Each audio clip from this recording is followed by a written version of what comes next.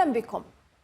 بعد أيام من إنهاء القوات الصومالية للهجوم الذي استمر لساعات على فندق فيلا الشهير في مقديشو، لا تزال تداعيات الحادث الإرهابي قائمة، حيث هاجم إرهابيو جماعة الشباب المرتبطة بالقاعدة الفندق، مما أسفر عن مقتل 8 مدنيين وإنقاذ 60 شخصا بحسب الشرطة الصومالية التي تمكنت من إنهاء الهجوم.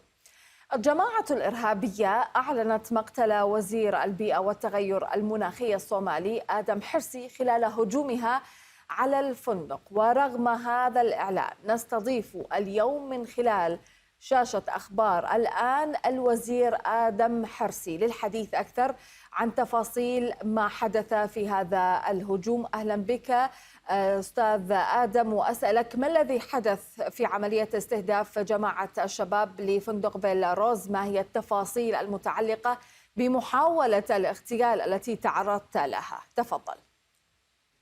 Terrorist group Al-Shabaab, as they would later claim, they attacked the place where I resided, and everybody knew that I resided, and we were having a community meeting, myself and another minister, a colleague in the cabinet who comes from the same region as I. So that's what happened. Big explosion happened, and foot soldiers of the terrorist group came in, and they killed civilians there in the mosque. They killed people in the mosque. People who prayed evening congregation prayers, they killed them. I think it is not only me, it is all the senior government officials. Particularly if it is me, it's about me being vocal against them, explaining that there is nothing Islamic about them at any chance I get. I am not a preacher of or anything like that.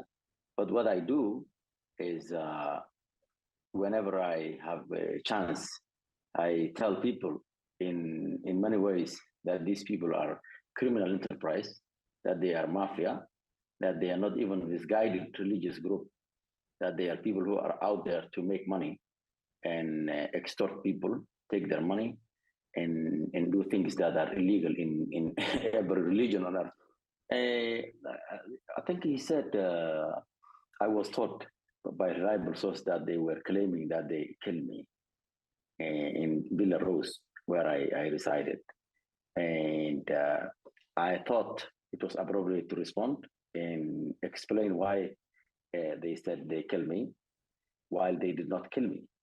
I thought they were, their audience was not us or you or the international audience. Their audience was the youth group, the foot soldiers. They were telling them that they won in the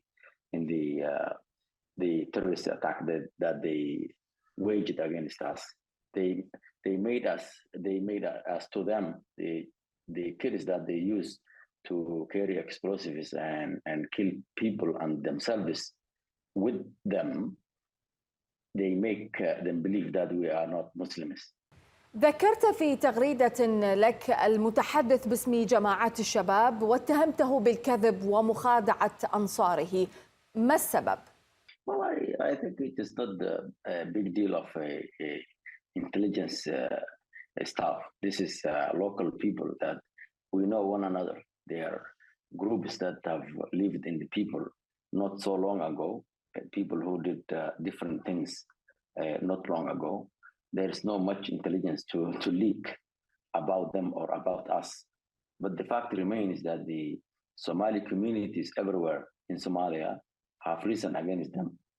And the reason is that people were fed up with how Al-Shabaab is extorting their money, how they were taking their animals by force, calling them zakah, when it is a pure extortion, a criminal enterprise, people enriching themselves, and people have risen up. So if the local population does not like you, they are very likely to tell on you when you are traveling, where you are going, what your intentions are, how your posture is.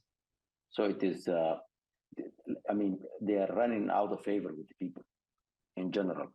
That's why we were able to prevent many attacks that they would wage on us in the military fronts. That's why we were able to attack them in places where they were the weakest. That's why we were able to, clans uprooted them. Local clans in Hirshabelle and Galmudug fought with them successfully and uprooted them from their villages. I think even together we will defeat them. I believe it doesn't add any value that they fight. They are two terrorists. And whether they fight or not, we are going to fight them and defeat them together or separately.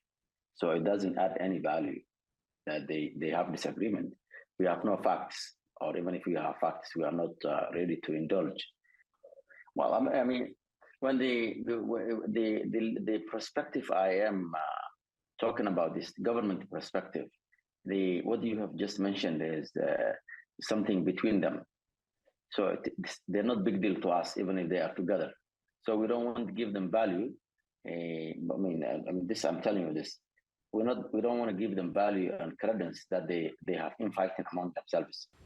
طيب، بصفتك وزير البيئة والتغير المناخي، ما هي تداعيات أزمة المناخ على الصومال؟ وما الذي من الممكن أن تفعله وزارة التغير المناخي في الصومال لمواجهة هذه الأزمة؟ Well, the climate has never been friendly to Somalia. We used to have 2 rainy seasons entire year.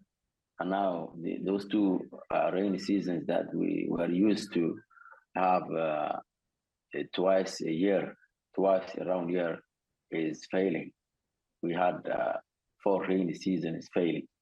And therefore we're looking in the eyes at a drought, worst drought for 40 years in Somalia. Not only it is the worst drought for 40 years, but it is the worst drought that happens on Somalia that has not very strong government, very coherent government that can aid its people, that can reach every inch of the land.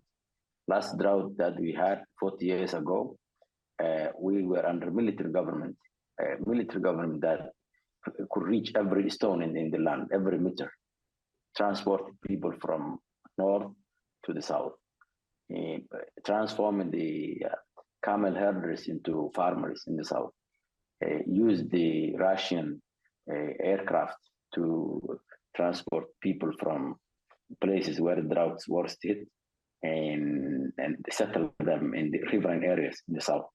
So it's not only the climate-wise, this is not only the worst drought in 40 years, it is the worst drought forever that happened in Somalia with a government that is not controlling all the land. So the climate crisis induced drought is devastating Somalia and making it impossible for farmers to farm. And that makes farmers, when they cannot farm, they move into villages as internally displaced people. And when that becomes unbearable, the villages move to other villages.